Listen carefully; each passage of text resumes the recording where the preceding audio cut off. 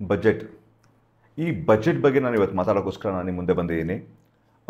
ನೋಡಿ, ಬಜೆಟ್ ಅಂದ ಕೂಡಲೇ ನಮಗೆಲ್ಲರಿಗೂ ಹೊಸ ಹೊಸ ಒಂದೊಂದು ಆಸೆಗಳಿರುತ್ತೆ. ಅಂದರೆ ನನಗೆ ಫಸ್ಟ್ ಇಂಪಾರ್ಟೆಂಟ್ ಆಗಿ ಇನ್ಕಮ್ ಟ್ಯಾಕ್ಸ್ ಕಮ್ಮಿ ಆಗಬೇಕು ಅನ್ನೋ ದೊಡ್ಡ ಆಸೆ ಇರುತ್ತೆ. ಅಂದರೆ most of the salaried class ಪೀಪಲ್ಗೆ ಅಥವಾ ಬಿಸ್ನೆಸ್ ಮ್ಯಾನ್ಗಳಿಗೆ ಕೂಡ. ಮತ್ತು ಹಣದುಬ್ಬರ ಕಮ್ಮಿ ಆಗಬೇಕು ಅಂತ ಆಸೆ ಇರುತ್ತೆ. ನಾವೆಲ್ಲ ಬಜೆಟಲ್ಲಿ ಇದನ್ನು ನೋಡೋದಲ್ವ, ಹಣದುಬ್ಬರ ಕಮ್ಮಿ ಆಗುತ್ತಾ, ಪ್ರೈಸ್ಗಳು ಯಾವ್ದು ಚೀಪ್ ಆಗುತ್ತಾ, ಯಾವ್ದು ಕಾಸ್ಟ್ಲಿ ಆಗುತ್ತಾ, ಇದನ್ನು ನೋಡೋಕೆ ಆಸೆ ಪಡ್ತೀವಿ. ಮೂರನೇದು ಏನು ಮಾಡ್ತೀವಿ, ರೈಲ್ವೆ ಲೈನ್ಗಳು ಹೊಸದು ಯಾವ್ದು ಹಾಕಿದ್ದಾರೆ, ನಮ್ಮೂರಿಗೆ ಯಾವ್ದು ಲೈನ್ ಹಾಕಿದ್ದಾರೆ, ಇದನ್ನು ನೋಡ್ತೀವಿ ಇದರಲ್ಲಿ. ಆಮೇಲೆ ಇನ್ನು ಕೆಲವು ಏನು ಮಾಡ್ತೀವಿ, ಮೇನ್ಲಿ ಇದೇನೆ, ಇಷ್ಟು ಮೇಯ್ನಾಗಿ ನೋಡ್ತೀವಿ.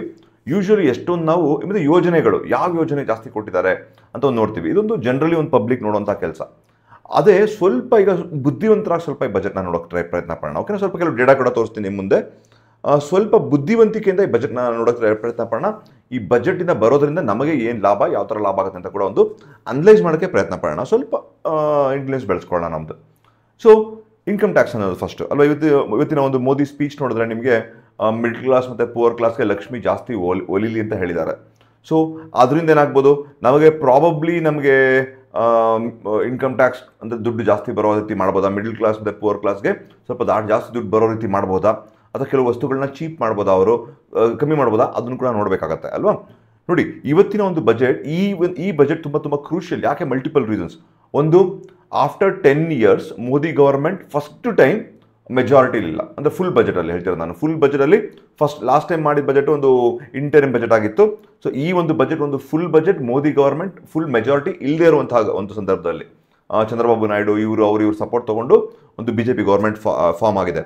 ಸೊ ಈ ಒಂದು ಬಜೆಟ್ ತುಂಬ ತುಂಬ ಕ್ರೂಷಿಯಲ್ ಆಗಿರುತ್ತೆ ನಮ್ಮ ಇದಕ್ಕೆ. ಅದು ಮಾತ್ರ ಅಲ್ಲ, ಆಲ್ರೆಡಿ ನನ್ನ ಒಂದು ಡೈಲಿ ವಿಶ್ಲೇಷಣೆ ಯಾವಾಗಲೂ ಹೇಳ್ತಾ ಇರ್ತೀನಿ, ನಮ್ಮ ದೇಶದಲ್ಲಿ ಒಂದು ಎಕನಾಮಿಕ್ ಸ್ಲೋ ಡೌನ್ ಆಗ್ತದೆ. ನಮ್ಮ ದೇಶ ಮಾತ್ರ ಅಲ್ಲ, ಪ್ರಪಂಚದಂತ ಒಂದು ಸ್ಲೋ ಡೌನ್ ಒಂದು ಭಯ ಎಲ್ಲ ಕಡೆ ಕಾಣ್ತಾ ಇದೆ. ಸ್ಲೋ ಡೌನ್ ಅಂದ್ರೆ ಏನು? ಸ್ಲೋ ಡೌನ್ ಅಂತ ತಕ್ಷಣ ಅರ್ಥ ಮಾಡ್ಕೋಬೇಕು. ಸ್ಲೋ ಡೌನ್ ಅಂದ ಕೂಡಲೇ ನಮ್ಮ ಒಂದು ಕನ್ಸಂಪ್ಷನ್ ಏನಿದೆ ಅದು ಕಮ್ಮಿ ಆಗ್ತದೆ. ಕನ್ಸಂಪ್ಷನ್ ಅಂದ್ರೆ ಏನು? ನಮ್ಮ ಬೇಡಿಕೆ, ನಮ್ಮ ಒಂದು ಸೊಸೈಟಿಲಿರುವಂಥ ಬೇಡಿಕೆ ಅಂದರೆ ಕಾರ್ಗಳು ತೊಗೊಳ್ಳೋದು, ಬೈಕ್ಗಳು ತೊಗೊಳ್ಳೋದು, ಬಟ್ಟೆ ತೊಗೊಳ್ಳೋದು, ಟ್ರಾವೆಲ್ ಮಾಡೋದು, ಮನೆ ತೊಗೊಳ್ಳೋದು, ಇದೆಲ್ಲನೂ ಇದು ಬೇಡಿಕೆ, ಕನ್ಸಂಪ್ಷನ್ಸ್ ಹೇಳ್ತಾರೆ. ಅಥವಾ ಫ್ರಿಜ್ ತೊಗೊಳ್ಳೋದು, TV ತೊಗೊಳ್ಳೋದು, ಪ್ರತಿಯೊಂದು ಒಂದು ಬೇಡಿಕೆ. ಹೋಟೆಲ್ ಊಟ ಮಾಡೋದು ಎಲ್ಲನೂ, ಓಕೆನಾ. ಸೊ ಇದು ಒಂದು ಎಕನಾಮಿಕ್ ಸ್ಲೋ ಡೌನ್ ಆಗ್ತದೆ ಅಂತ ನಾವು ವೆರಿ ಕ್ಲಿಯರ್ ಆಗಿ ನಮಗೆ ಡೇಟಾಗಳು ಹೇಳ್ತಾ ಇದೆ. ನಮ್ಮ GDP ನೋಡಿ, ಒಂದು ಸ್ವಲ್ಪ ನೋಡಿ, ಅರ್ಥ ಮಾಡ್ಕೊಳ್ಳಿ. ಯಾವತ್ತೂ ಅಷ್ಟೇ ಎನಿ ಪೊಲಿಟಿಕಲ್ ಪಾರ್ಟಿ ಅವ್ರೊಂದು ಪೊಲಿಟಿಕಲ್ ಪಾಯಿಂಟ್ ಆಫ್ ವ್ಯೂ ಇರುತ್ತೆ. ಅಗೇನ್ ಕಾಂಗ್ರೆಸ್ BJP ಅಂತ ಹೇಳ್ತಾ ಇಲ್ಲ, ಪ್ರತಿಯೊಂದು ಪೊಲಿಟಿಕಲ್ ಪಾರ್ಟಿ ಅವರ ಪೊಲಿಟಿಕಲ್ ಸ್ಟ್ಯಾಂಡ್. ಈ ಪೊಲಿಟಿಕಲ್ ಸ್ಟ್ಯಾಂಡ್ ಅಂದ್ರೆ ಏನು? ಅವ್ರು ಏನು ತೋರಿಸ್ಬೇಕು? GDP ಗ್ರೋ ಆಗ್ತಾ ಇದೆ. ಜನಕ್ಕೆ GDP ಅಂದ್ರೆ ಏನು ಅರ್ಥ ಆಗದೆ ಇರಲಿ, ಡಸಂಟ್ ಮ್ಯಾಟರ್. GDP ಗ್ರೋ ಆಗ್ತದೆ. ನೋಡಿ, ಮೋದಿ ಗವರ್ಮೆಂಟ್ GDP ಗ್ರೋ ಆಯಿತು, ಇಲ್ಲಾಂದ್ರೆ GDP ಇಷ್ಟಿತ್ತು ಅಷ್ಟಿತ್ತು. GDP ಅಂತ ಮಾತಾಡ್ತೀವಿ. GDP ಅಂದ್ರೆ ಏನು ಅಂತ ಯೋಚನೆ ಮಾಡಕ್ಕೆ ಹೋಗಲ್ಲ. GDP ಅಂದರೆ ಗ್ರಾಸ್ ಡೊಮೆಸ್ಟಿಕ್ ಪ್ರಾಡಕ್ಟ್. ಇದನ್ನು ಹೇಳ್ಬಿಡ್ತೀನಿ. ಬಟ್ GDP ಅಂದರೆ ರಿಯಲ್ ಆಗಿ ಏನಂದರೆ, GDP ಅಂದರೆ ನಮ್ಮ ದೇಶದ ಒಂದು ಪ್ರೊಡಕ್ಷನ್ ಏನಿದೆ ಅದು ಪರ್ ಕ್ಯಾಪಿಟಲ್ ಲೆವೆಲ್ ಇನ್ಕ್ರೀಸ್ ಆಗಿದೆ ಅಲ್ವಾ ಅಂತ. ನೋಡಿ, ಇದು ವೆರಿ ಇಂಪಾರ್ಟೆಂಟ್. ದೇಶದ GDP ಒಂದು ಕಡೆ ಆದರೆ ಪರ್ ಕ್ಯಾಪಿಟಲ್ ಲೆವೆಲಲ್ಲಿ GDP ಎಷ್ಟು ಇನ್ಕ್ರೀಸ್ ಆಗ್ತದೆ ಅದು ತುಂಬ ನೋಡಬೇಕಾಗತ್ತೆ. ಪರ್ ಕ್ಯಾಪಿಟಲ್ ಲೆವೆಲಲ್ಲಿ, ಪರ್ ಕ್ಯಾಪಿಟಲ್ ಅಂದರೆ ನಿಮ್ಮ ಇಂಡಿವಿಜುವಲ್, ಪರ್ ಕ್ಯಾಪಿಟಲ್ ಅಂತ ಅರ್ಥ ಮಾಡ್ಕೊಳ್ಳಿ. ಈ ಪರ್ ಕ್ಯಾಪಿಟಲ್ ಅಂದರೆ ನಿಮ್ಮ ಇಂಡಿವಿಜುವಲ್ ಲೆವೆಲಲ್ಲಿ ಒಂದು ದೇಶದ GDP ಒಂದು 6.5%, 7% ಗ್ರೋ ಆಗ್ತಿದೆ ಅಂದರೆ ಆ ಒಂದು ದೇಶದ ಒಂದು ಪ್ರೊಡಕ್ಷನ್, ಸರ್ವಿಸಸ್ ಆಗಿರ್ಬೋದು, ಗೂಡ್ಸ್ ಆಗಿರ್ಬೋದು, ಪ್ರತಿಯೊಂದು ಇದೇ ಇರ್ಬೋದು, ಆ ದೇಶದ ಒಂದು ಪ್ರೊಡಕ್ಷನ್ ಎಷ್ಟು ಮಟ್ಟಕ್ಕೆ ಗ್ರೋ ಆಗ್ತಾ ಇದೀವಿ ಅಂತ ಒಂದು ನೋಡ್ಕೊಳ್ಳೋದಾದ್ರೆ, ಪರ್ ಕ್ಯಾಪಿಟಲ್ ಲೆವೆಲ್ಲಿ ಇಂಡಿವಿಜುವಲ್ ಮಟ್ಟದಲ್ಲಿ ನಾವು ಹೆಂಗೆ ಗ್ರೋ ಆಗ್ತಾ ಇದೀವಿ, ನಮ್ಮ ಸಂಬಳಗಳು ಎಷ್ಟು ಬೆಳೀತಾ ಇದೆ, ನಮ್ಮ ಪ್ರತಿ ವರ್ಷನೂ 8%, 10%, GDP ಬೆಳೆದಷ್ಟು 7%, ನಮ್ಮ ಸಂಬಳಗಳು ಜಾಸ್ತಿ ಆಗ್ತಾ ಇದೆಯಾ, ಅಥವಾ ನಮ್ಮ ಖರ್ಚುಗಳು ಕಮ್ಮಿ ಆಗ್ತದೆ ಇನ್ಫ್ಲೇಷನ್ ಬಂದಾಗ. ಓವರ್ ಆಲ್ ಇನ್ಫ್ಲೇಷನ್ ಒಂದು 50 ಐಟಮ್ಸ್ ಮಾಡ್ತಿರ್ತಾರೆ, ನಮ್ಮ ಲೆವೆಲ್ಗೆ ಇನ್ಫ್ಲೇಷನ್ ಕಮ್ಮಿ ಆಗ್ತಾ ಇದೆ, ನಮ್ಮ ಖರ್ಚುಗಳು ಕಮ್ಮಿ ಆಗ್ತಾ ಇದೆ, ಖರ್ಚುಗಳು ಅಷ್ಟೇ ಇದೆಯಾ, ಹೋದ ವರ್ಷ ಅಷ್ಟು ಖರ್ಚು ಮಾಡ್ತಾ ಇದೀನಿ, ಈ ವರ್ಷ ಅಷ್ಟೇ ಖರ್ಚು ಮಾಡ್ತಾ ಇದೀನಾ, ನನ್ನ ಲೆವೆಲಲ್ಲಿ ಏನು ಅದನ್ನು ನೋಡಬೇಕಾಗತ್ತೆ. ಇದು ಒಂದು ಸ್ವಲ್ಪ ಡೇಟಾಗಳು ತೋರಿಸ್ತೀನಿ. ಅದು ತೋರಿಸಿದ್ರೆ ನಿಮ್ಗೆ ಎಷ್ಟೊಂದು ವಿಷಯಗಳನ್ನ ಅರ್ಥ ಆಗುತ್ತೆ. ಸೊ ನನಗೆ ಬಜೆಟ್ ಅಂದ ಕೂಡಲೇ ನೀವು 7% GDP ಕೊಡ್ತಾನೆ, ವಾವ್ ಸೂಪರ್ ಅನ್ನೋಕ್ಕೆ ಬದಲು ನಮ್ಮ ಕನ್ಸಂಪ್ಷನ್ ಎಷ್ಟು ಇನ್ಕ್ರೀಸ್ ಆಯಿತು, ನಮ್ಮ ಕನ್ಸಂಪ್ಷನ್ ಇನ್ಕ್ರೀಸ್ ಆಗ್ತಾ ಇದೆ ಅಂದರೆ ಅರ್ಥ ಅವಾಗ ಓವರ್ ಆಲ್ GDP ಕೂಡ ಚೆನ್ನಾಗಿ ಆಗ್ತಾ ಇದೆ ಅರ್ಥ ಅಲ್ವಾ. ಕನ್ಸಂಪ್ಷನ್ ನಮ್ದು ಆ್ಯಕ್ಚುಲಿ ಬಂದು ಕಮ್ಮಿ ಆಗ್ತಾ ಇದೆ. ನಮ್ಮ ದೇಶದ ಕನ್ಸಂಪ್ಷನ್ ಇದೆ, ಪರ್ ಕ್ಯಾಪಿಟಲ್ ಕನ್ಸಂಪ್ಷನ್ ಕಮ್ಮಿ ಆಗ್ತಾ ಇದೆ.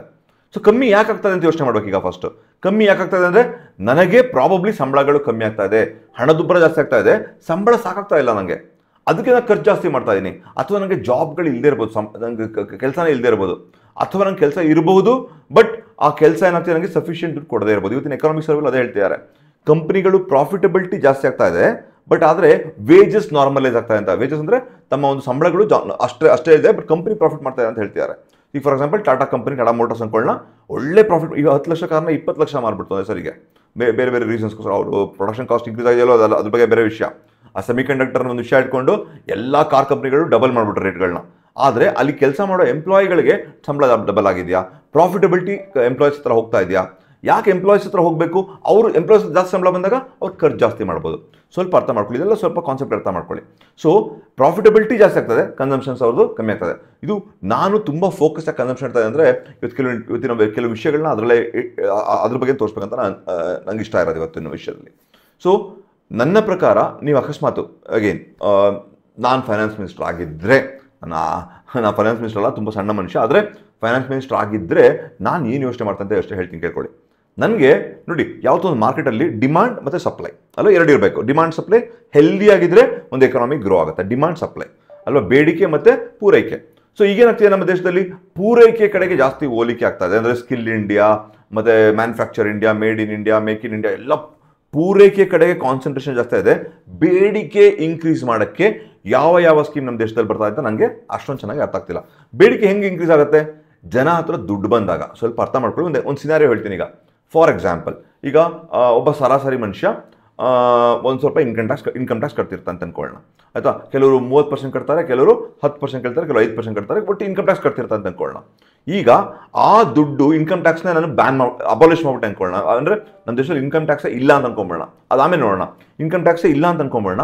ಇನ್ಕಮ್ ಟ್ಯಾಕ್ಸ್ ಇಲ್ಲ ಅಂದಾಗ ನನ್ನ ಹತ್ರ ಪ್ರಾಬ್ಲಿ ತಿಂಗಳಿಗೆ ಒಂದು 45,000 ರೂಪಾಯಿ ಉಳಿಬೋದು ಒಬ್ಬನ ಹತ್ರ. ಇನ್ನೊಬ್ಬನ ಹತ್ರ ತಿಂಗಳಿಗೊಂದು 1 ಲಕ್ಷ ಉಳಿಬೋದು. ಇನ್ನೊಬ್ಬನ ಹತ್ರ ಒಂದು ತಿಂಗಳಿಗೆ ಒಂದು 10,000 ಉಳಿಬೋದು, ತಿಂಗಳಿಗೆ 5,000 ಉಳಿಬೋದು, ತಿಂಗಳಿಗೆ 1,000 ರೂಪಾಯಿ ಉಳಿಬೋದು. ಎಷ್ಟೇ ಉಳಿಯುತ್ತೆ ಅಂತ ಅನ್ಕೊಳ್ಳೋಣ. ಈ ದುಡ್ಡು ಉಳಿದಾಗ ನಾವೇನು ಮಾಡ್ತೀವಿ? ದುಡ್ಡನ್ನ ಈಗ ನಂಗೆ ಸಂಬಳ 2 ಲಕ್ಷ ಬರ್ತಿರುತ್ತೆ, 3 ಲಕ್ಷ ಬರುತ್ತೆ, 1,50,000 ಎಷ್ಟೋ ಬರ್ತಿರುತ್ತೆ ಅನ್ಕೊಳ್ಳೋಣ. ನನಗೆ ತಿಂಗಳಿಗೆ 5,000, 10,000, 1 ಲಕ್ಷ ಜಾಸ್ತಿ ದುಡ್ಡು ಮಿಕ್ಕಿದ್ರೆ ಕೈಯಲ್ಲಿ ನಾನು ಏನು ಮಾಡ್ತೀನಿ? ನಾನು ಹೂಡಿಕೆ ಮಾಡಬಹುದು, ನಾನು ಗೋಲ್ಡ್ ಪರ್ಚೇಸ್ ಮಾಡ್ಬೋದು, ನಾನು ರಿಯಲ್ ಎಸ್ಟೇಟ್ ಪರ್ಚೇಸ್ ಮಾಡ್ಬೋದು, ನಾನು ಬಟ್ಟೆ ತೊಗೋಬೋದು, ನಾನು ಟ್ರಾವೆಲ್ ಮಾಡ್ಬೋದು, ಹೋಟ್ಲ್ ಊಟಕ್ಕೆ ಹೋಗ್ಬೋದು. ನಾನು ಇದೆಲ್ಲ ಎಕನಾಮಿಕ್ ಆ್ಯಕ್ಟಿವಿಟಿಗಳನ್ನ ಮಾಡ್ತಾ ಹೋಗ್ತೀನಿ. ಸೊ ಇದೆಲ್ಲ ಎಕನಾಮಿಕ್ ಆ್ಯಕ್ಟಿವಿಟಿ ಮಾಡ್ಕೊಂಡು ಹೋದಾಗ ನಿಮ್ಮ ಎಕಾನಮಿ ಆಟೋಮೆಟಿಕ್ಕಾಗಿ ಬೆಳೀತೆ. ಎಕಾನಮಿ ಬೆಳೀತಿಂದ ಇರ್ತಾನೋ. ಈಗ ನಾನು ಜಾಸ್ತಿ ಬಟ್ಟೆ ತೊಗೋತೀನಿ ಅಂದ ತಕ್ಷಣ ಏನು? ಜಾಸ್ತಿ ಬಟ್ಟೆ ಮ್ಯಾನುಫ್ಯಾಕ್ಚರಿಂಗ್ ಮಾಡೋ ಕಂಪನಿಗಳು ಬರುತ್ತೆ. ಜಾಸ್ತಿ ಕಂಪನಿಗಳು ಬಂದರೆ ಅರ್ಥ ಏನದು? ಜಾಸ್ತಿ ಜಾಬ್ಗಳು ಕ್ರಿಯೇಟ್ ಆಗುತ್ತೆ. ಡಿಮಾಂಡ್ ಕ್ರಿಯೇಟ್ ಮಾಡಿದ ತಕ್ಷಣ ನಿಮಗೆ ಕಂಪನಿಗಳು ಬಂತು. ಹೊರ ನೋಡಿ ಇಂಡಿಯಾದಲ್ಲಿ ಟಿ ಶರ್ಟ್ಗಳನ್ನ ಜಾಸ್ತಿ ಹೋಗ್ತಾ ಇದ್ದಾರೆ ಅಂತ ಹೇಳ್ಬಿಟ್ಟು ಅಮೆರಿಕದಿಂದ, ಚೈನಾದಿಂದ ಎಲ್ಲ ಕಡೆ ಮ್ಯಾನುಫ್ಯಾಕ್ಚರಿಂಗ್ ಕಂಪನಿಗಳು ಇದಕ್ಕೆ ಹೂಡಿಕೆ ಮಾಡೋಕ್ಕೆ FDIಗಳು, FIIಗಳು ಬರಬಹುದು. ಇಲ್ಲಿ ಬಂದಾಗ ಜಾಬ್ಸ್ಗಳು ಕ್ರಿಯೇಟ್ ಆಗುತ್ತೆ, ಎಕನಾಮಿಕಲ್ ಆಕ್ಟಿವಿಟಿ ಜಾಸ್ತಿ ಆಗ್ತಾ GST ಕಲೆಕ್ಷನ್ ಜಾಸ್ತಿ ಆಗ್ತಾ ಹೋಗುತ್ತೆ. ಕಾರು ಓಕೆ, ನನಗೊಂದಾಯ್ತು, ಈ ಕಾರ್ ತೊಗೊಳಕ್ಕೆ ಶುರು ಮಾಡ್ತೀನಿ, ಅಥವಾ ಮನೆ ಕಟ್ತೀನಿ, ಇನ್ನೊಂದು 2ನೇ ಮನೆ ತೊಗೋತೀನಿ, 3ನೇ ಮನೆ ತೊಗೋತೀನಿ, ಪೇಂಟ್ ಹೊಡಿಸ್ತೀನಿ, ನಾನು ಅದು ಮಾಡಿಸ್ತೀನಿ, ನಾನು ಟ್ರೈನಲ್ಲಿ ಸುತ್ತಾಡ್ತೀನಿ, ಏರೋಪ್ಲೇನ್ ಓಡಾಡ್ತೀನಿ. ಎಕನಾಮಿಕಲ್ ಆಕ್ಟಿವಿಟಿ ಅರ್ಥ ಮಾಡ್ಕೊಳ್ಳಿ. ಜಾಸ್ತಿ ಬೇಡಿಕೆ ಬಂದ ತಕ್ಷಣ ಜಾಸ್ತಿ ಏರ್ಲೈನ್ಸ್ಗಳಾಗ್ತಾರೆ, ಜಾಸ್ತಿ ಏರ್ಲೈನ್ಸ್ ಆಗ್ತಾರೆ, ಜಾಸ್ತಿ ಜಾಬ್ಗಳು ಬರುತ್ತೆ. ಜಾಸ್ತಿ ಜಾಬ್ಗಳು ಬಂದರೆ ಅವ್ರುಗಳು ಸಂಪಾದನೆ ಮಾಡ್ತಾರೆ ಅಂದ ತಕ್ಷಣ ಅವ್ರುಗಳು ಎಕನಾಮಿಕ್ ಆಕ್ಟಿವಿಟಿ ಇನ್ವಾಲ್ವ್ ಆಗ್ತಾರೆ. ಸ್ವಲ್ಪ ಅರ್ಥ ಮಾಡ್ಕೊಳ್ಳಿ. ಎಲ್ಲರೂ all these people are getting into economical activity. So main supply ಜಾಸ್ತಿ ಡಿಮಾಂಡ್ ಕ್ರಿಯೇಟ್ ಮಾಡಿಬಿಟ್ರೆ ನಾವು ನಮ್ಮ ಎಕಾನಮಿಯಲ್ಲಿ ಆಟೋಮೆಟಿಕ್ ಆಗಿ ನಿಮ್ಮ ಗ್ರೋತ್ ಬರುತ್ತೆ, ಎಕನಾಮಿಕಲ್ಲಿ ನಿಮ್ಮ ಜಾಬ್ಸ್ ಬರುತ್ತೆ, ಆಟೋಮೆಟಿಕ್ ಆಗಿ ನಿಮ್ಮ ಎಕನಾಮಿಕ್ ಎಕ್ಸ್ಪೆನ್ಷನ್ ಆಗುತ್ತೆ, GST ಕಲೆಕ್ಷನ್ ಆಗುತ್ತೆ, ಪ್ರತಿಯೊಂದು ಆಗುತ್ತೆ. ಸೊ ಇದು ಯಾಕೆ ಹೇಳಿದ್ರೆ ಇನ್ಕಮ್ ಟ್ಯಾಕ್ಸ್ನ ಬ್ಯಾನ್ ಮಾಡಬೇಕು, ಅಬಾಲಿಷ್ ಮಾಡಬೇಕು ಅಂತ ಹೇಳಿದ್ರೆ ಒಂದು ಐಡಿಯಲ್ ಸಿನಾರಿಯೋ ಹೇಳ್ತಾ ಇರೋದು ನಾನು. Okay, so the main point ಇಲ್ಲಿ ಏನು ಅಂದರೆ ಜನರ ಕೈಯಲ್ಲಿ ಜಾಸ್ತಿ ದುಡ್ಡನ್ನ ಕೊಡಬೇಕು ಅಂತ ಬಜೆಟ್. ನನ್ನ ಪ್ರಕಾರ ಜನ ಕೈಯಲ್ಲಿ ಜಾಸ್ತಿ ದುಡ್ಡು ಕೊಟ್ಟರೆ ಅವರೇ ಏನಾದರೂ ಮಾಡ್ತಾರೆ ಸರ್.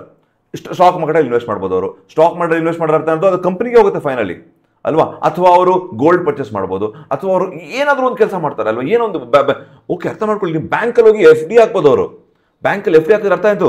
ನಿಮ್ಮ ಬ್ಯಾಂಕಲ್ಲಿ ಇವತ್ತು ಲಿಕ್ವಿಡಿಟಿ ಪ್ರಾಬ್ಲಮ್ ಏನಿದೆ, RBI ಅವರು ಲಿಕ್ವಿಡಿಟಿ ಪ್ರಾಬ್ಲಮ್ ಇದೆ, ಬ್ಯಾಂಕ್ ಲಿಕ್ವಿಡಿಟಿ ಪ್ರಾಬ್ಲಮ್ ಇದೆ ಅಂತ ನಿಮ್ಮ ಇದನ್ನ CRRನೆಲ್ಲ ಕಮ್ಮಿ ಮಾಡಬೇಕಂತ ಯೋಚನೆ ಮಾಡ್ತಿದ್ದಾರೆ. So all this because of liquidity ಇಲ್ಲ ಮಾರ್ಕೆಟ್ ಬ್ಯಾಂಕಲ್ಲಿ ಅಂತ ಅರ್ಥ. ಯಾರು ಡೆಪಾಸಿಟ್ ಮಾಡ್ತಾ ಇಲ್ಲ ಅಂತ ಅರ್ಥ, ಯಾರು ಲೋನ್ ತಗೋತಿಲ್ಲ ಅಂತ ಅರ್ಥ. ಇದೆಲ್ಲದಕ್ಕೂ ಸೊಲ್ಯೂಷನ್ ಏನು? ನೀವು ನಿಮ್ಮ ಜನರ ಕೈಯಲ್ಲಿ ದುಡ್ಡು ಜಾಸ್ತಿ ಕೊಟ್ಟರೆ ಅವರೇ ಹೋಗಿ FD ಆಗ್ತಾರೆ, ಅವರೇ ಹೋಗಿ ಎಕನಾಮಿಕ್ ತುಂಬ್ತಾರೆ, ಅವರೇ ಹೋಗಿ ಜಾಬ್ಸ್ ಕ್ರಿಯೇಟ್ ಮಾಡ್ತಾರೆ, ಅವರೇ ಹೋಗಿ ಡಿಮಾಂಡ್ ಪ್ರತಿಯೊಂದು ಬರುತ್ತೆ. When demand comes supply organic ಆಗಿ ಬರುತ್ತೆ. ಆರ್ಗ್ಯಾನಿಕ್ ಅಂದ್ರೇನು? ತಾನೇ ಬರುತ್ತೆ ಅಂತ ಅರ್ಥ. ಒಂದ್ಸರಿ ಡಿಮಾಂಡ್ ಕ್ರಿಯೇಟ್ ಆಗೋದ್ರೆ ಸಪ್ಲೈ ಆಟೋಮೆಟಿಕ್ ಆಗಿ ಬರುತ್ತೆ. ಸಪ್ಲೈ ಎಷ್ಟಾದ್ರೂ ಕ್ರಿಯೇಟ್ ಮಾಡ್ಕೊಳ್ಳಿ, ಡಿಮಾಂಡ್ ಇಲ್ಲ ಅಂದ್ರೆ ಏನು ಮಾಡೋಕ್ಕಾಗತ್ತೆ ಅಲ್ವಾ. ಸೊ ಇವತ್ತಿನ ಒಂದು ಮಟ್ಟಕ್ಕೆ ಎಕನಾಮಿಕ್ ಸರ್ವೆ ಪ್ರಕಾರನೂ ಜನರಲ್ಲಿ ವೇಜಸ್ ನಾರ್ಮಲೈಸ್ ಆಗ್ತಾ ಇದೆ, ಅಂದರೆ ಸಂಬಳಗಳು ಅಷ್ಟೇ ಆಗ್ತಾ ಇದೆ, ಜನರ ಹತ್ರ ದುಡ್ಡು ಕೈಯಲ್ಲಿ ಬರ್ತಾ ಇಲ್ಲ. ದಟ್ ಶೋಸ್ ಕನ್ಸಂಪ್ಷನ್ ನಿಮ್ಮ ಡಿಕ್ರೀಸ್ ಆಗ್ತಾ ಇದೆ ಅಂತ ಅರ್ಥ. ಸೊ ಇದು ಎರಡೂ ಕಾರಣದಿಂದ ಅಕಸ್ಮಾತ್ ಒಂದು ನಾವು ಡಿಮಾಂಡ್ ಜನ ದುಡ್ಡು ಕೊಡುವಂಥ ಒಂದು ಬಜೆಟ್ ಬಂದರೆ ಎಕನಾಮಿಕಲ್ ಆಕ್ಟಿವಿಟಿ ಆಟೋಮೆಟಿಕಾಗಿ ಬೂಸ್ಟ್ ಆಗುತ್ತೆ. ಲಾಸ್ಟಿಗೆ ಸಮರೈಸ್ ಮಾಡೋಣ. ಇನ್ನೊಂದು ವಿಷಯ ತೋರಿಸ್ತೀನಿ, ಬಂದು ಸ್ಕ್ರೀನ್ ಶೇರ್ ಮಾಡಿ.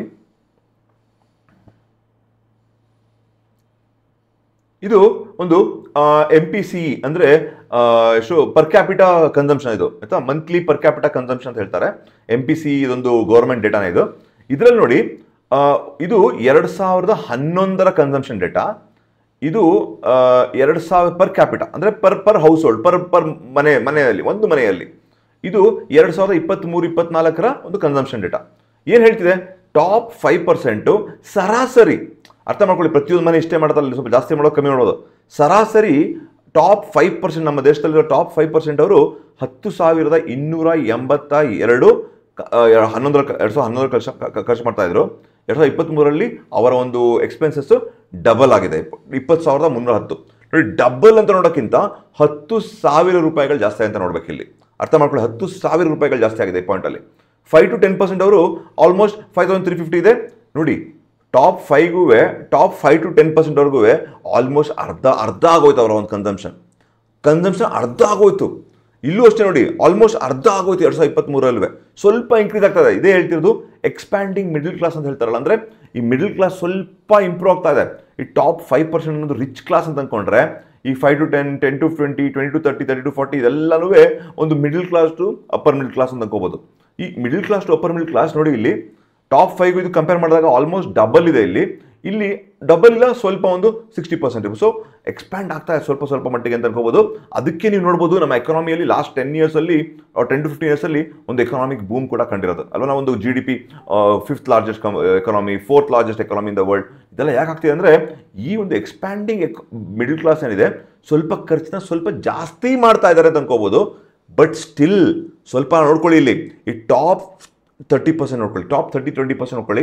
ಈ ಫಸ್ಟ್ ಟಾಪ್ 20-30% ನೋಡ್ಕೊಂಡ್ರೆ ಅವರ ಒಂದು ಏನೊಂದು ಖರ್ಚಿದೆ ಅದು ರಿಮೈನಿಂಗ್ 60-70% ಅವ್ರಿಗೆ ಜಾಸ್ತಿ ಖರ್ಚು ಮಾಡ್ತಿದ್ದಾರೆ.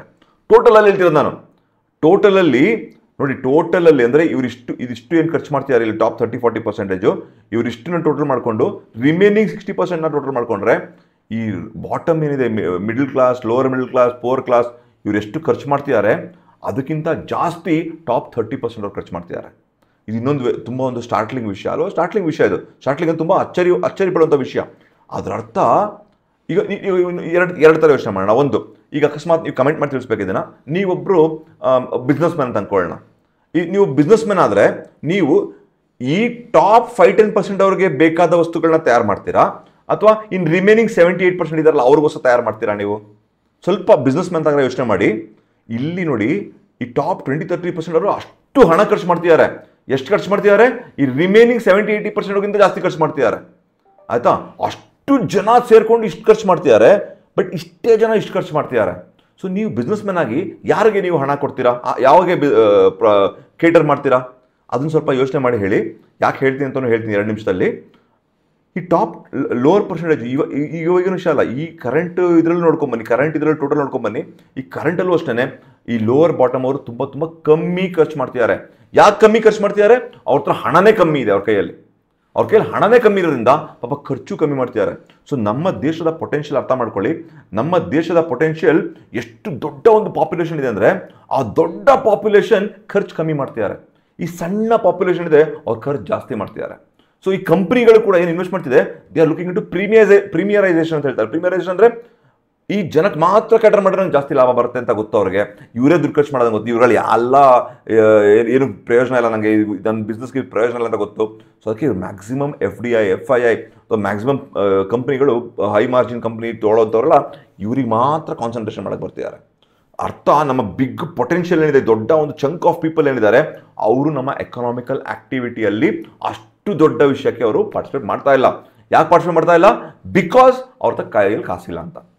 ಅಕಸ್ಮಾತ್ ಈ 70-80% ಅವ್ರ ಜನಕ್ಕೆ ನೀವು ಕೈಯಲ್ಲಿ ಕಾಸು ಕೊಟ್ಟರೆ, ದುಡ್ಡು ಕೊಟ್ಟರೆ ಏನಾಗಬಹುದು? ಇವರು ಕೂಡ ಕಾಂಟ್ರಿಬ್ಯೂಟ್ ನೋಡಿ. ಆ ಒಂದು ಮಿಡಲ್ ಕ್ಲಾಸ್ ತೋರಿಸಿದೆ ನಿಮಗೆ. ಮಿಡಲ್ ಕ್ಲಾಸಲ್ಲಿ ಅರ್ಧಕ್ಕರ್ಧ ಇತ್ತು, ಟಾಪ್ 5%ಗೂ ಟಾಪ್ 5 to 10%ಗೂ, ಅಥವಾ ಈ 5%, 5-10%ಗೆ ಡಬಲ್ ಇತ್ತು ಆಲ್ಮೋಸ್ಟ್. ಬಟ್ ಹೋಗ್ತಾ ಒಂದು 60% ಬಂದ್ರು ಇವರು, ಸ್ವಲ್ಪ ಎಕ್ಸ್ಪಾಂಡ್ ಆದರು. ಆದ ತಕ್ಷಣ ನಮ್ಮ ಎಕನಾಮಿ ಲಾಸ್ಟ್ ಒಂದು 10 yearsಲ್ಲಿ ಎಷ್ಟು ದೊಡ್ಡ ಡೆವಲಪ್ ಆಯಿತು.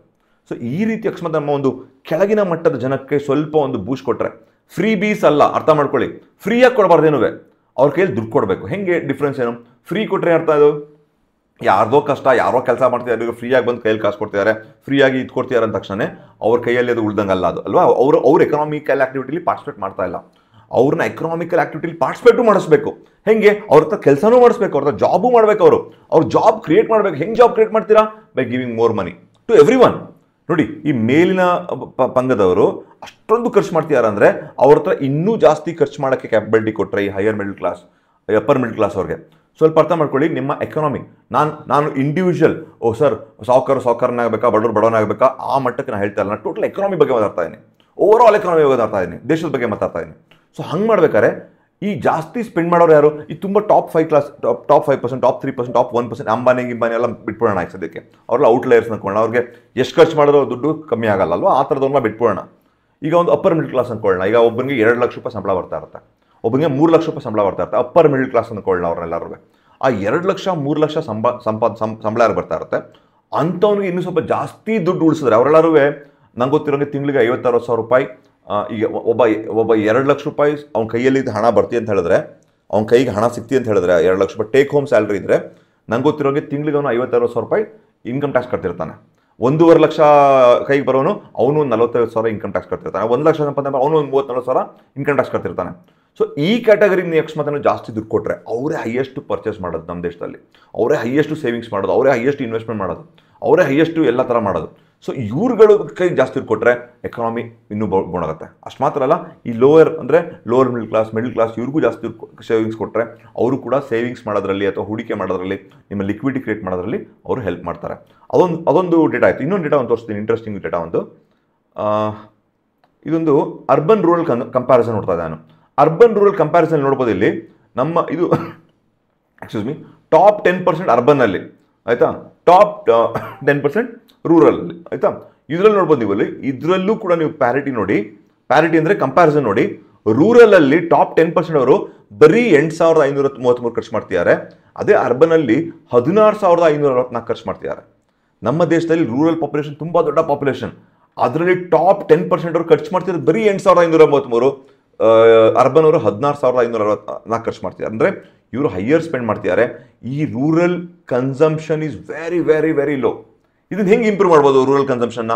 ನೀವು ರೂರಲ್ ಕನ್ಸಂಪ್ಷನ್ ಹೆಂಗೆ ಮಾಡ್ಬೋದು? ಅವ್ರಿಗೆ ರೋಡ್ಸ್ ಚೆನ್ನಾಗಿ ಕೊಟ್ಟು, ಅವ್ರಿಗೆ ಎಲೆಕ್ಟ್ರಿಸಿಟಿ ಪರ್ಫೆಕ್ಟಾಗಿ ಕೊಟ್ಟು, ಅವ್ರಿಗೆಲ್ಲ ಈಗ ಎಲೆಕ್ಟ್ರಿಸಿಟಿ ಚೆನ್ನಾಗಿದೆ, ಚೀಪಾಗಿ ಎಲೆಕ್ಟ್ರಿಸಿಟಿ ಇದೆ, ಎಲ್ಲ ಇದೆ ಅಂದರೆ ಅವ್ರು ಪ್ರಾಬಬ್ಲಿ ಬರ್ತಾರೆ. ಅವ್ರ ಕ್ರಾಪ್ಗಳಿಗೆ ಅವರ ಒಂದು ಇದಕ್ಕೆ ಜಾಸ್ತಿ ಒಂದು ಅಶ್ಯೂರೆನ್ಸ್ ಕೊಟ್ಟರೆ ಪ್ರಾಬ್ಲಿ ಇವ್ರು ಖರ್ಚುಗಳು ಜಾಸ್ತಿ ಮಾಡ್ತಾರೆ. ನಮ್ಮ ದೇಶದ ಪೊಟೆನ್ಷಿಯಲ್ ತೋರ್ಸೋಕೆ ಟ್ರೈ ಮಾಡ್ತಾ ಇದ್ದೀನಿ ನಾನು.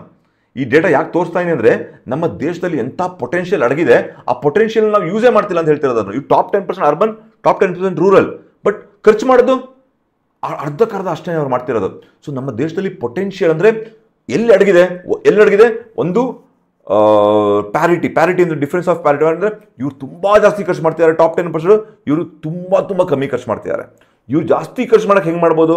By giving them more money. ಇದರಲ್ಲೂ ಅಷ್ಟೇ ಒಂದು ಟಾಪ್ 20% ಇವ್ರಿಗೂ ಜಾಸ್ತಿ ಕೊಡೋಕೆ ಶುರು ಮಾಡಿದ್ರೆ ಅವ್ರು ಇನ್ನೂ ಜಾಸ್ತಿ ಖರ್ಚು ಮಾಡ್ತಾರೆ. ನಮ್ಮ ಎಕನಾಮಿಕಲ್ ಒಂದು ಗ್ರೋತ್ ತುಂಬ ಚೆನ್ನಾಗುತ್ತೆ. ಡಿಮಾಂಡ್ ಕ್ರಿಯೇಟ್ ಮಾಡೋಕೆ ಹೇಳ್ತಾರೆ ನಾನು. ರೂರಲ್ ಅರ್ಬನ್ ಡಿವೈಡ್ ನೋಡ್ಕೊಂಡ್ರೆ ರೂರಲ್ ಕನ್ಸಂಪ್ಷನ್ ನಾವು ಕೆಲಸನೇ ಮಾಡ್ತಿಲ್ಲ. ರೂರಲ್ ಕನ್ಸಂಪ್ಷನ್ ಏನು ಮಾಡ್ತಾ ಇದೀವಿ ನಾವು? ರೂರಲ್ ಅವ್ರನ್ನ ಹೆಂಗೆ ನಾವು ಖರ್ಚು ಮಾಡೋಕ್ಕೆ ಜಾಸ್ತಿ ಮಾಡೋಕ್ಕೆ ಎಂಕರೇಜ್ ಮಾಡ್ಬೋದು, ಹೆಂಗೆ ಅವ್ರ ಮನೇಲಿ AC ಹಾಕೋಬೋದು, ಹೆಂಗೆ ಅವ್ರು TV ಹಾಕೋಬೋದು, ಹೆಂಗೆ ಕಾರ್ ತೊಗೋಬೋದು, ಅವರು ಹೆಂಗೆ ಅವರು ಟ್ರಾವೆಲ್ ಮಾಡ್ಬೋದು, ಹೆಂಗೆ ಇದಕ್ಕೆ ಎಂಕರೇಜ್ಮೆಂಟ್ ಹೆಂಗೆ ಯಾವಾಗ ಕೊಡ್ತಾರೆ? ಈ ಡಿಮ್ಯಾಂಡ್ಗಳು ಎಂಕರೇಜ್. ಫಾರ್ ಎಕ್ಸಾಂಪಲ್ ಟೂರಿಸಮ್ ಪಾಲಿಸಿನ ಇಂಪ್ರೂವ್ ಮಾಡ್ರಿ ಅಂತ ಅಂದ್ಕೊಳ್ಳೋಣ. ಫಾರ್ ಎಕ್ಸಾಂಪಲ್ ನೀವೆಲ್ಲ ಕಡೆ ಒಂದು ಏರ್ಪೋರ್ಟ್ ಹಾಕಿ ನೀವು ಹಾಕೋದು ಅಂದ್ಕೊಳ್ಳೋಣ. ಅಂದರೆ ಸಣ್ಣ ಊರಲ್ಲೂ ಕೂಡ ಸಣ್ಣ ಊರಲ್ಲಿ ಬಸ್ ಫೆಸಿಲಿಟೀಸ್ ಕೊಟ್ಟರೆ ಅಂತ ಅಂದ್ಕೊಳ್ಳೋಣ. ಪ್ರಾಬ್ಲಿ ಅವ್ರು ಟ್ರಾವೆಲ್ ಮಾಡ್ತಾ ಇರ್ತಾರೆ ಅಂದ್ಕೊಳ್ಳೋಣ. ಸೊ ಅವ್ರು ಖರ್ಚುಗಳು ಶುರು ಮಾಡ್ತಾರೆ. ಈಗ ಫ್ರೀ ಕೊಟ್ಟರೆ, ಈಗ ಫ್ರೀ ಬಸ್ ಸರ್ವಿಸ್ ಕೊಟ್ಟರೆ ಅಂತ ಅಂದ್ಕೊಳ್ಳಿ, ಅವ್ರು ಎಲ್ಲಿ ಇನ್ವಾಲ್ವ್ ಆಗ್ತಿದ್ದಾರೆ ಎಕನಾಮಿಕಲ್ ಆಕ್ಟಿವಿಟಿಯಲ್ಲಿ? ಫ್ರೀಯಾಗಿ ತಗೋತಿದ್ದಾರೆ ಅಷ್ಟೇ, ಅವ್ರು ಎಕನಾಮಿಕಲ್ ಆಕ್ಟಿವಿಟಿ ಹೆಂಗೆ ಇನ್ವಾಲ್ವ್ ಆಗ್ತಿದ್ದಾರೆ ಅಲ್ವಾ? ಇಟ್ಸ್ ಎಕ್ಸ್ಪೆನ್ಸ್, ಗೌರ್ಮೆಂಟ್ ಎಕ್ಸ್ಪೆಂಡ್ ಖರ್ಚು ಕಮ್ಮಿ ಆಗ್ತಾ ಇರುತ್ತೆ ಅಲ್ವಾ? ಸೊ ಹಾಗಾಗಿ ನನ್ನ ಒಂದು ಮೇನ್ ಪಾಯಿಂಟ್, ನಾಳಿನ ಒಂದು ಇದರಲ್ಲಿ ಯಾವುದಾದ್ರೂ ಸ್ಕೀಮ್ಗಳು ಜನರ ಕೈಯಲ್ಲಿ ದುಡ್ಡು ಬರುವಂತಹ ಕೆಲಸಗಳು ಮಾಡಿದ್ರೆ ನಮ್ಮ ಎಕಾನಮಿ ಸೂಪರ್. ಆ್ಯಕ್ಚುಲಿ ಇನ್ನೊಂದು ನಮ್ಮದು ಡೇಟಾ ಇಲ್ಲ, ಇನ್ನೊಂದು ಡೇಟಾ ಹೇಳ್ತದೆ 2030 ಒಳಗೆ ನಮ್ಮ ದೇಶ ಕನ್ಸಂಪ್ಷನಲ್ಲಿ 20 ಬರೀ 5 ಇಯರ್ಸಲ್ಲಿ ನಮ್ಮ ಕನ್ಸಂಪ್ಷನ್ ಡಬಲ್ ಆಗುವಂಥ ಒಂದು ಪಾಸಿಬಿಲಿಟಿ ಇದೆಯಂತೆ. ಪ್ಲೀಸ್ ಅರ್ಥ ಮಾಡ್ಕೊಳ್ಳಿ ಏನು ಹೇಳ್ತಾ ಇದ್ದೀನಿ ಅಂತ. 2025ರಿಂದ 30 ಬರೀ 5 ವರ್ಷದಲ್ಲಿ ನಮ್ಮ ಕನ್ಸಂಪ್ಷನ್ ಡಬಲ್ ಆಗಬಹುದು. ಇಲ್ಲಿವರೆಗೂ ಏನು ಕನ್ಸಂಪ್ಷನ್ ಇದೆ, ಇಲ್ಲಿವರೆಗೂ ಕನ್ಸಂಪ್ಷನ್ ಅಂದರೆ ನಮ್ಮ ಹಿಸ್ಟಾರಿಕಲ್ 1960 1947ಇಂದ 2025 ತನಕ ಎಷ್ಟು ನಮ್ಮ ಒಂದು ಪರ್ ಇಯರ್ ಕನ್ಸಂಪ್ಷನ್ ಎಷ್ಟಿದೆಯೋ ಅದು 2030 ಬರೀ 5 ವರ್ಷದಲ್ಲಿ ಡಬಲ್ ಆಗೋ ಚಾನ್ಸ್ ಇದೆಯಂತೆ. ಅದರ ಅರ್ಥ ನಮ್ಮ ಎಕನಾಮಿಕಲ್ ಆಕ್ಟಿವಿಟಿ ಎಂಥ ಒಳ್ಳೆ ಬೂಸ್ಟ್ ಆಗ್ಬೋದು. ಅದಕ್ಕೆ ಬೇಕಂತ ಕೆಲವು ಸ್ಕೀಮ್ಗಳು ಮಾಡ್ಬೇಕು ನಾವು. ಇವತ್ತಿಗೂ ನಾವು ಇಲ್ಲ ಡಿಮಾಂಡನ್ನು ಕ್ರಿಯೇಟ್ ಮಾಡಲ್ಲ, ಬರೀ ಟ್ಯಾಕ್ಸ್ ಕಲೆಕ್ಷನ್ ಅಲ್ಲೇ ಮಾಡ್ತಾ ಇರ್ತೀನಿ ಅಂತ ಕೂತ್ಕೊಂಡ್ರೆ ಯಾಕೆ ಟ್ಯಾಕ್ಸ್ ಕಲೆಕ್ಷನ್ ಮಾಡ್ತಾರೆ ಹೇಳಿ ನೋಡೋಣ? ಫ್ರೀ ಕೊಡಬೇಕಲ್ಲ ಜನಕ್ಕೆ ಫ್ರೀ ಕೊಡೋಕ್ಕೋಸ್ಕರ ಟ್ಯಾಕ್ಸ್ ಕಲೆಕ್ಷನ್ ಮಾಡೇ ಮಾಡ್ತಾರೆ. ಈ ಟ್ಯಾಕ್ಸ್ ಕಲೆಕ್ಷನ್ ಮಾಡಿದಾಗ ನೀವು ಖರ್ಚು ಮಾಡೋರು ಕೈ ಹೊಡೆದ್ರಿ, ನೀವು ಅವ್ರು ಖರ್ಚು ಮಾಡ್ತಾ ಇಲ್ಲ, ಯಾರು ಕೆಲಸ ಮಾಡ್ಬೇಕು ಅವ್ರಿಗೆ ಫ್ರೀಯಾಗಿ ಕೊಟ್ಟವ್ರು ಕೆಲಸನೂ ಮಾಡಿಸ್ತಾ ಇಲ್ಲ ನಾವು ಅಲ್ವಾ. ಎರಡೂ ಆಗ್ತಾ ಇದೆ, ಅರ್ಥ ಮಾಡ್ಕೊಳ್ಳಿ. ಖರ್ಚು ಮಾಡೋರಿಗೆ ಕೈ ಹೊಡೆದು ನೀವು ಖರ್ಚು ಮಾಡಿಸ್ತಾ ಇಲ್ಲ ಅವ್ರ ಕೈಯಲ್ಲಿ, ಯಾರು ಕೆಲಸ ಮಾಡಬೇಕು ಅವರು ಅವ್ರ ಕೈ ಹೊಡೆದು ನೀವು ಅವ್ರ ಕೆಲಸ ಸೋಂಬರಿ ಮಾಡಿ ಅವ್ರ ಕೆಲಸನೂ ಮಾಡಿಸ್ತಾ ಇಲ್ಲ. ಎಕಾನಮಿ ಹೆಂಗೆ ಇಂಪ್ರೂವ್ ಆಗಬೇಕು? ಸೊ ಯಾವಾಗ ನೀವು ಇದನ್ನ ಹೊರಗೆ ನೋಡಿ, ಆ ಥರ ಫ್ರೀಯಾಗಿ ಕೊಡಲಿಲ್ಲ ಅನ್ನತ್ತೆ ನಿಮ್ಗೆ ಓಟ್ ಸಿಗಲ್ಲ ನಿಮಗೆ ಅಲ್ಲ. ಓಟ್ ಸಿಕ್ಕಿಲ್ಲ ಅಂದರೆ ನೆಕ್ಸ್ಟ್ ಇನ್ಯಾರೋ ಬರ್ತಾರೆ, ಅವರು ಅದೇ ಕೆಲಸ ಮಾಡ್ತಾರೆ. ಇದು ಏನು ಮಾಡೋಕ್ಕಾಗಲ್ಲ ಇದನ್ನಲ್ವಾ. ಸೊ ಈಗ ಮೋದಿ ಗೌರ್ಮೆಂಟ್ ಅಗೇನ್ ಫುಲ್ ಸರ್ಕಾರ ಇಲ್ಲದೇ ಇರುವಂತಹ ಗೌರ್ಮೆಂಟು ಡಿಮಾಂಡ್ ಕ್ರಿಯೇಟ್ ಮಾಡೋಕ್ಕೆ ಯಾರು ಮಾಡ್ತಾರಾ ಅಂತ ನಾನು ನೋಡಬೇಕಾಗಿದೆ ಅಲ್ವಾ. ಅದು ವೆರಿ ವೆರಿ ಎಸೆನ್ಷಿಯಲ್ ಆಗುತ್ತೆ. ಸೊ ನನಗೆ ಇದೊಂದು ವೆರಿ ಒಂದು ಇಂಪಾರ್ಟೆಂಟ್ ಆಗಿ ನೋಡಬೇಕಾಗಿದೆ. ಎರಡನೇದೇನು, GST ನಾರ್ಮಲೈಸೇಷನ್. GST ನಾರ್ಮಲೈಸೇಷನ್ ನಾಳೆ ಆಗುತ್ತೆ ಎಲ್ಲ ನೋಡಬೇಕು. ಇದು ನೋಡಿ, ನಾನು ಒಂದು 2025 ಒಂದು ವಿಡಿಯೋ ಮಾಡಿದ್ದೆ, LIC ಈ ಥರ ಒಂದು ಸ್ಟಾಕ್ಗಳ ಬಗ್ಗೆ ನಾನು ಮಾತಾಡ್ಕೊಂಡಿದ್ದೆ ಅದರಲ್ಲಿ ಅಲ್ವಾ. ಅಕಸ್ಮಾತ್ ನಾನು GST ಇನ್ಶೂರೆನ್ಸ್ ಕಂಪ್ನಿಗಳ ಮೇಲೆ ಸ್ವಲ್ಪ GST ಕಮ್ಮಿ ಮಾಡಿದ್ರೆ whether it will Boost up ಅಂತ ನೋಡಬೇಕಾಗುತ್ತೆ. GST ಕೌನ್ಸಿಲ್ ಮೀಟಿಂಗಲ್ಲಿ ಪೆಟ್ರೋಲ್ನ ಯಾಕೆ ಮಾಡ್ತಾ ಇಲ್ಲ, ಇನ್ಕ್ಲೂಡ್ ಮಾಡ್ತಾ ಇಲ್ಲ? ಯಾಕಂದರೆ ಎಲ್ರಿಗೂ ಲಾಭ ಸ್ಟೇಟ್ ಗೌರ್ಮೆಂಟ್ ಅವ್ರಿಗೆ ಅಲ್ವಾ. ಸೆಂಟ್ರಲ್ಗೆ GSTನ ಇನ್ಕ್ಲೂಡ್ ಮಾಡಿದ್ರೆ ಪೆಟ್ರೋಲ್ ಮತ್ತು ಡೀಸಲ್ಲಿ ತುಂಬ ದೊಡ್ಡ ಒಂದು ಕೆಲಸ ಮಾಡ್ದಂಗಾಗುತ್ತೆ, ಬಟ್ ಅದು ಮಾಡ್ತಾ ಇಲ್ಲ ಮಲ್ಟಿಪಲ್ ರೀಸನ್ಸಿಂದ. ಸೊ ಕೆಲವು ನಾರ್ಮಲೈಸೇಷನ್ GST ಅದನ್ನು ಮಾಡಿದ್ರೆ ತುಂಬ ಚೆನ್ನಾಗಿ ನಮ್ಮ ದೇಶದಲ್ಲಿ ಒಂದು ಎಕನಾಮಿಕಲ್ ಆಕ್ಟಿವಿಟಿ ಚೆನ್ನಾಗುತ್ತೆ ಅಂತ ಅನ್ಕೋತೀನಿ. ಪ್ಲಸ್ ಕ್ಯಾಪೆಕ್ಸ್ ಸ್ಪೆಂಡಿಂಗ್ ಅಂದ್ರೇನು, because of last year election ಇದರಿಂದ ಅರ್ಧಕ್ಕಷ್ಟು ನಾವು ಕ್ಯಾಪೆಕ್ಸ್ ಅಂದರೆ ಕ್ಯಾಪಿಟಲ್ ಎಕ್ಸ್ಪೆಂಡಿಚರ್ ಅಂತ ಹೇಳ್ತಾರೆ. ಅಂದರೆ ಗೌರ್ಮೆಂಟ್ ಈಗ ದುಡ್ಡನ್ನ ಸೈಡ್ ಇಡುತ್ತಲ್ವಾ, ಇಷ್ಟು ಲಕ್ಷ ಕೋಟಿ ನಾನು ರೋಡ್ ಹಾಕ್ತೀನಿ, ಇಷ್ಟು ಲಕ್ಷ ಕೋಟಿ ರೈಲ್ ಹಾಕ್ತೀನಿ, ಈ ಲಕ್ಷ ಏರ್ಪೋರ್ಟ್ ಮಾಡ್ತೀನಿ, ಅದನ್ನು ಮಾಡ್ತೀನಿ ಅಂತ ಹಾಕಿರುತ್ತಲ್ಲ, ಇದು ಕ್ಯಾಪೆಕ್ಸ್ ಅಂತ ಹೇಳ್ತಾರೆ, ಕ್ಯಾಪಿಟಲ್ ಎಕ್ಸ್ಪೆಂಡಿಚರ್. ಹೋದ ವರ್ಷದ ಬಜೆಟಲ್ಲಿ ಎಷ್ಟಿಟ್ಟಿತ್ತೋ ಬಿಕಾಸ್ ಆಫ್ ಎಲೆಕ್ಷನ್ ಇಯರ್ ಖರ್ಚು ಮಾಡಿಲ್ಲ, ಅರ್ಧಕ್ಕರ್ಧ ಖರ್ಚು ಮಾಡಿಲ್ಲ, ಇನ್ನೂ ಅರ್ಧ ಹಂಗೆ ಉಳ್ಕೊಂಡಿದೆ. ಇದನ್ನ ಖರ್ಚು ಮಾಡಿದ್ರೆ ಅಂದರೆ ಎಕಾನಮಿಲಿ ಇಂಡ್ಯೂಸ್ ಮಾಡಿದ್ರೆ ಮಾಡಿದ ತಕ್ಷಣ ಏನಾಗುತ್ತೆ, ನಿಮ್ಮ ಎಕನಾಮಿಕಲ್ ಆಕ್ಟಿವಿಟಿ, ನಿಮ್ಮ ಜಾಬ್ಸ್ ಕ್ರಿಯೇಷನ್, ನಿಮ್ಮ ರೋಡ್ ಕ್ರಿಯೇಷನ್ ಇವೆಲ್ಲ ಇನ್ಕ್ರೀಸ್ ಆಗುತ್ತೆ. ಅದನ್ನು ಏನು ಮಾಡ್ತಾರೆ ಈ ವರ್ಷ, ಎಷ್ಟು ಕ್ಯಾಪೆಕ್ಸ್ ಇರ್ತಾರೆ ಅದು ನೋಡೋದು ತುಂಬ ಎಸೆನ್ಷಿಯಲ್ ಆಗುತ್ತೆ. ಸೊ ನನ್ನ ಪ್ರಕಾರ ನಾಳೆ ಬಜೆಟ್ನ ಹೆಂಗೆ ನೋಡ್ತಾ ಇದ್ದೀನಿ ಅಂದರೆ, ಅಕಸ್ಮಾತ್ ನೋಡಿ, ಮಾರ್ಕೆಟ್ ಈಸ್ ವೆರಿ ಇಂಟೆಲಿಜೆಂಟ್. ನಾನು ಮಾತಾಡ್ತಾ ಇರೋದು ಮಾತ್ರ ಅಲ್ಲ, ಮಾರ್ಕೆಟ್ ತುಂಬ ಬುದ್ಧಿವಂತ. ಮಾರ್ಕೆಟ್ ಇದೆಲ್ಲ ನೋಡುತ್ತೆ. ಈಗ FII ಅವರು ದುಡ್ಡು ತೊಗೊಂಡು ಹೊರಗೋಗ್ತಾ ಇದ್ದಾರೆ ಅಲ್ಲ, ನಮ್ಮ ಕರೆನ್ಸಿ ಬೀಳ್ತಾ ಇದೆ, ನಮ್ಮ ಕರೆನ್ಸಿ ಬಿದ್ದು ಹೋಗ್ತಾ ಇದೆ. FII ಅವರು ದುಡ್ಡು ಹೊರಗೋಗಿ ನಮ್ಮ ಮಾರ್ಕೆಟ್ ಒಂದು ಕರೆಕ್ಷನ್, ಈಗ ಮೊನ್ನೆ ಆಗಿದೆ ಒಂದು ಮೇಲೆ ಬಂದಿರೋದನ್ನ ನಾನು ಕನ್ಸಿಡರ್ ಮಾಡ್ತಾ ಇಲ್ಲ, ಬಟ್ ಹೊರಗೋಗ್ತಾ ಇದ್ದಾರೆ. ಈಗ FII ಅವ್ರನ್ನ ಅಟ್ರಾಕ್ಟ್ ಹೆಂಗೆ ಮಾಡೋದು, ಇದು ವೆರಿ ಎಸೆನ್ಷಿಯಲ್ ಕ್ವಶನ್ ಅಲ್ವಾ. FII ಅಟ್ರಾಕ್ಟ್ ಹೆಂಗೆ ಮಾಡೋದು, ವೆನ್ ಯು ಶೋ FII ಹೆಂಗೆ ತೋರಿಸ್ಬೇಕು ನೀವು, ನಮ್ಮ ದೇಶದಲ್ಲಿ ಎಕನಾಮಿಕಲ್ ಆಕ್ಟಿವಿಟಿ ಚೆನ್ನಾಗುತ್ತೆ, ಈಗ ಡಿಮಾಂಡ್ ಚೆನ್ನಾಗುತ್ತೆ, ಡಿಮಾಂಡ್ ಬರ್ತೇನೆ ಅಂತ ತೋರಿಸ್ಬೇಕು, ಅವಾಗ ಮಾತ್ರ FII ಅವ್ರಿಗೆ ಬರ್ತಾರೆ ವಾಪಸ್. ಅವಾಗ ನಿಮ್ಮ ಕರೆನ್ಸಿ ಕೂಡ ಕಮ್ಮಿ ಕೂಲ್ ಡೌನ್ ಆಗುತ್ತೆ. ಸೊ ಇದೆಲ್ಲ ಯಾವಾಗ ಮಾಡ್ತೀರಾ, ಹೆಂಗೆ ಮಾಡ್ತೀರಾ ಅಲ್ವಾ. ಈ ಬಜೆಟೇ ಒಂದು ದೊಡ್ಡ ಒಂದು ಅಸ್ತ್ರ ಅಲ್ವಾ ನಾವು ಮಾಡೋಕ್ಕೆ. ಇಲ್ಲ ನಾನು ಅನ್ಕೊಂಡಿದ್ದು ನಾನು ಇನ್ಕಮ್ ಟ್ಯಾಕ್ಸ್ನ ಇನ್ನೂ ಕಿವ್ಚಿ ತೊಗೋತೀನಿ ಅಂತ ಹೇಳಿದ್ರೆ ಗುಡ್ ಲಕ್ ಅಲ್ವಾ. FII ಆಲ್ರೆಡಿ ನೀವು ಕಿವ್ಚಿರೋದು ನೋಡಿದ್ದಾರೆ, FII ಹೊರಗೋಗಿದೆ, ನಿಮ್ಮ ಗ್ರೋತ್ ಸ್ಲೋಡ್ ಆಗಿದೆ, ನಿಮ್ಮ ಇನ್ಫ್ಲೇಷನ್ ಜಾಸ್ತಿ ಆಗಿದೆ, ಇನ್ನೂ ಕಿವ್ಚಿದ್ರೆ ಎಷ್ಟು ಅಂತ ಕಿವ್ಚ್ಕೊಳಕ್ಕಾಗತ್ತೆ ಅಲ್ವಾ. ಇದನ್ನ ಒಂದು ಮಾರ್ಕೆಟ್ ನೋಡ್ತಾ ಇದೆ, ಮಾರ್ಕೆಟ್ ನೋಡಿ ಅದ್ರ ಪ್ರಕಾರ ರಿಯಾಕ್ಟ್ ಮಾಡುತ್ತೆ. So whether it's going to be demand oriented ಏನಾದ್ರು ಬಜೆಟ್ ಬಂದರೆ ಖಂಡಿತವಾಗ್ಲೂ ಮಾರ್ಕೆಟ್ ರಿಯಾಕ್ಟ್ ಮಾಡುತ್ತೆ. ಡಿಮಾಂಡ್ ಓರಿಯೆಂಟೆಡ್ ಬಜೆಟ್ ಬರಲಿಲ್ಲ ಅಂದರೆ ಖಂಡಿತ ಮಾರ್ಕೆಟ್ ನಮ್ಮ 0.76 ಅಥವಾ ಬ್ಲೂ ಕಲರ್ ಲೈನ್ನ ದಾರ್ಕೊಂಡು ಹೋಗುತ್ತಾ, ಅದು ನಾವೇ ನೋಡಬೇಕಾಗತ್ತೆ ನಾವು ಅಲ್ವಾ. ಸೊ ವೆರಿ ಎಸೆನ್ಷಿಯಲ್ ನಾವು ನೋಡಬೇಕಾಗತ್ತೆ. ನಾಳೆ ನಾನು ಕುತೂಹಲ ಇದ್ದೀನಿ, ಯಾಕಂದರೆ ಇನ್ಫ್ಲೇಷನ್ ಜಾಸ್ತಿ ಆಗಿದೆ, ಗ್ರೋತ್ ಕಮ್ಮಿ ಆಗಿದೆ, ನಿಮ್ಮ ಹಣ ನಮ್ಮ ಕರೆನ್ಸಿ ಡಮಾರ್ ಆಗಿದೆ, ಎಷ್ಟೊಂದು 86.86 ಮೇಲೆ ಹೊರಗಿದೆ. How do you control it? Demand ಇಲ್ಲ, ಕನ್ಸಂಪ್ಷನ್ ಡಿಕ್ರೀಸ್ ಆಗಿದೆ. ಈವನ್ ನಿಮ್ಮ ಒಂದು ಕಂಪನಿಯ ಒಂದು ರಿಸಲ್ಟ್ಸ್ ಏನಿದೆ ಲಾಸ್ಟ್ 2 ಕ್ವಾರ್ಟರ್ಸಿಂದ ಕಮ್ಮಿ, ಅಷ್ಟು ಚೆನ್ನಾಗಿ ಬಂದಿಲ್ಲ. ಲಾಸ್ಟ್ 2 ಕ್ವಾರ್ಟರ್ ಪ್ರಾಫಿಟ್ ತೋರಿಸಿದ್ದಾರೆ, ಬಟ್ ಗ್ರೋತ್ ರೇಟ್ ಎಷ್ಟಿದೆ, ನಿಮ್ಮದು ಗ್ರೋತ್ ರೇಟ್ ಸ್ಲೋ ಡೌನ್ ಆಗಿಬಿಟ್ಟಿದೆ. ಈ ಸ್ಲೋ ಡೌನ್ ಕಂಟಿನ್ಯೂ ಆದರೆ ಹೆಂಗಾಗುತ್ತೆ, ಈ ಸ್ಲೋ ಡೌನಿಂದ ಹೊರಗೆ ಹೆಂಗೆ ಬರ್ತೀರಾ ಅಲ್ವಾ. ಸೊ ನನ್ನ ಪ್ರಕಾರ ನಾನೊಬ್ಬ ದೊಡ್ಡ ಒಂದು ಎಕನಾಮಿಸ್ಟ್ ಅಲ್ಲ, ಬಟ್ ಸ್ಟಿಲ್ ನನ್ನ ಒಂದು ಇದರ ವಿಷನ್ ಪ್ರಕಾರ ಡಿಮಾಂಡ್ ಒಂದು ಕ್ರಿಯೇಟ್ ಮಾಡಿದ್ರೆ ಜಾಬ್ಸು ಕ್ರಿಯೇಟ್ ಮಾಡುತ್ತೆ, ಲಿಕ್ವಿಡಿಟಿ ಬರುತ್ತೆ, ನಿಮ್ಮ ಟ್ಯಾಕ್ಸ್ ಕಲೆಕ್ಷನ್ ಚೆನ್ನಾಗಿರುತ್ತೆ, ಇಂಡೈರೆಕ್ಟ್ ಟ್ಯಾಕ್ಸ್ ಕಲೆಕ್ಷನ್. ಸೊ ಕೊಡಿ ಜನಕ್ಕೆ ದುಡ್ಡು, ಜನರ ಕೈಯಲ್ಲಿ ದುಡ್ಡಿದ್ರೆ ಅವರೇ ಖರ್ಚು ಮಾಡ್ತಾರೆ, ಅವರೇ ಎಕಾನಮಿ ಬೆಳೆಸ್ತಾರೆ, ಅವರೇ ಎಲ್ಲ ಮಾಡ್ತಾರೆ, ಒಂದು ಆರ್ಗ್ಯಾನಿಕ್ ವೇಲಿ ಬೆಳೆಯುತ್ತೆ ಅಂತ ನನಗೆ ಅನಿಸುತ್ತೆ. ಸೊ ಇದೊಂದು ಬಜೆಟ್ಗೋಸ್ಕರ ಒಂದು ವಿಡಿಯೋ ಮಾಡಬೇಕಾಗಿತ್ತು, ಅದಕ್ಕೋಸ್ಕರ ನಿಮ್ಮ ಮುಂದೆ ಬಂದೆ. ದಯವಿಟ್ಟು ನಿಮ್ಮ ಅಭಿಪ್ರಾಯ ಏನು ಈ ಒಂದು ವಿಡಿಯೋದಲ್ಲಿ ಹೇಳಿರೋ ವಿಷಯಗಳ ಪ್ರಕಾರ ಅಂತ ಕಮೆಂಟ್ ಮಾಡಿ ತಿಳಿಸಿ. Have a great day.